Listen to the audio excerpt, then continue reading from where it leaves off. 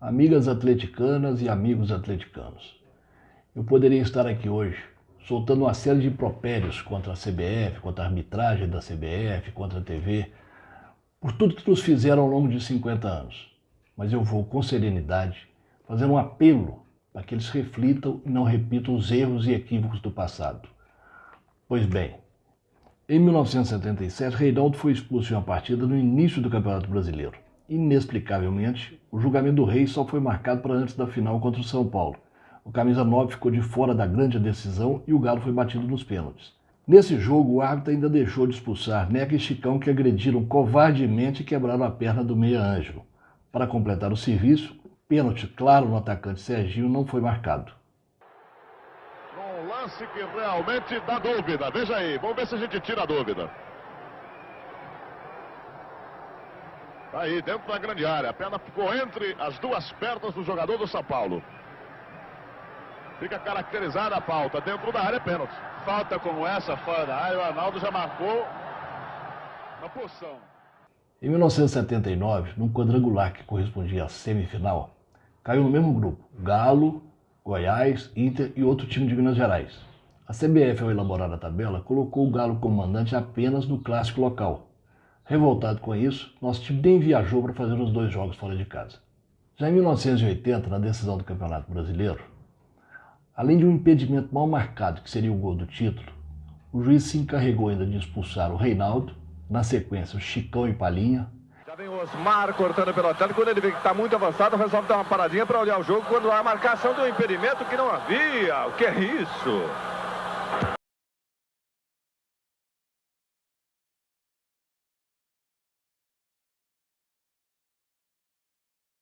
Um absurdo, hein, Solera? Uma coisa impressionante, essa marcação de impedimento, prejudicando demais o time do Atlético Mineiro, porque era jogada aí com 80% Opa, de possibilidade vermelho para o Reinaldo, cartão vermelho para o Reinaldo. Cartão vermelho para o Reinaldo. Solera, pelo túnel do Flamengo, o que entrou de gente é uma barbaridade. É uma barbaridade que entrou de gente pelo túnel do Flamengo, apesar de ter um segurança. E já levou o vermelho. E já levou o vermelho. E já levou o vermelho. E o Osmar está perto. O fato é o seguinte: é muita gente no gramado, muita gente, muito torcedor. Isso pode até agredir o jogador do Atlético Mineiro. E nós não estamos de acordo com isso aqui no gramado do Maracanã. É uma vergonha o que está acontecendo no Maracanã. O Flamengo é campeão brasileiro, está certo, com toda a justiça.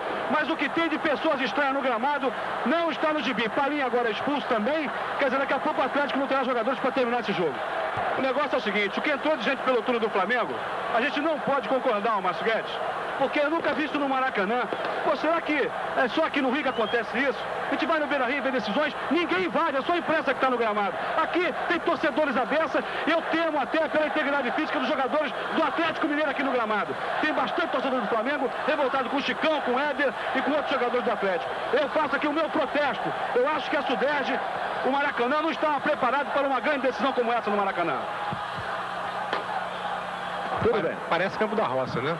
Lembrando ainda que o regulamento foi modificado de última hora, porque até então quem fazia o jogo decisivo em casa era o clube com mais pontos durante a competição. A CBF entendeu de última hora em colocar o jogo final entre aquele clube que fizesse mais pontos nas semifinais, propositalmente para favorecer o Flamengo. Aí chegamos em 1981 pela Libertadores da América. Um jogo extra em campo neutro, que foi no Serra Dourada em Goiânia, o árbitro carioca. Todos se recordam disso, quem não assistiu já ouviu falar.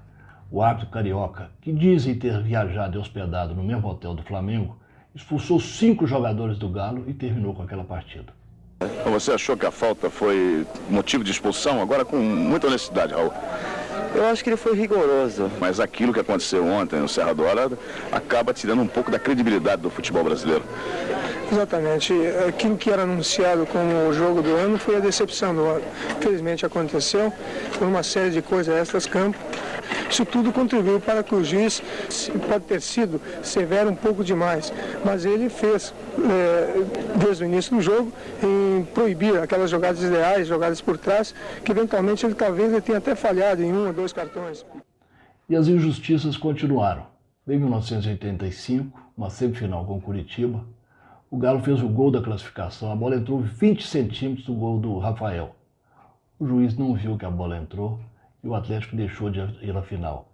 Dizem que interessava ao bicheiro Castor de Andrade, que era o dono do Bangu, que acabou perdendo aquela mesma final para o Curitiba. Chegamos então no ano de 1987. O Galo ganhou o primeiro e ganhou o segundo turno. O regulamento previa uma semifinal com o segundo colocado no segundo turno, e foi o Flamengo. O que aconteceu? No jogo de volta, que seria decisivo para ir à final, o árbitro, no início da partida, malandramente expulsou o Paulo Roberto. Com isso, nós não chegamos àquela final e não conseguimos o título. Agora, vamos a 1994. Num confronto mata-mata com o Corinthians, tinham 2 jogadores suspensos, o Éder pelo Galo e o Branco do Corinthians. O STJD concedeu efeito suspensivo ao jogador corintiano. Não deu o mesmo tratamento ao jogador Éder. Nós fomos eliminados com um gol, coincidentemente, do Branco batendo uma falta. E as coisas não pararam por aí. Chegamos em 1999, decisão do título brasileiro. 3 partidas decidiam aquele campeonato. Ganhamos a primeira em Belo Horizonte. Fomos a São Paulo fazer a segunda partida e um pênalti claríssimo, na frente do juiz, na frente do bandeirinha, como diz a gíria do futebol, de frente para o crime. O juiz não apitou e na sequência do lance saiu o gol que decretou a nossa derrota e no jogo seguinte o empate deu o título ao Corinthians. Em 2007, pela Copa do Brasil, um jogo decisivo com o Botafogo, nós havíamos empatado em casa por 0-0, lá no Rio de Janeiro, uma penalidade clara na frente do juiz, ele não teve coragem de apitar o pênalti e nós fomos eliminados.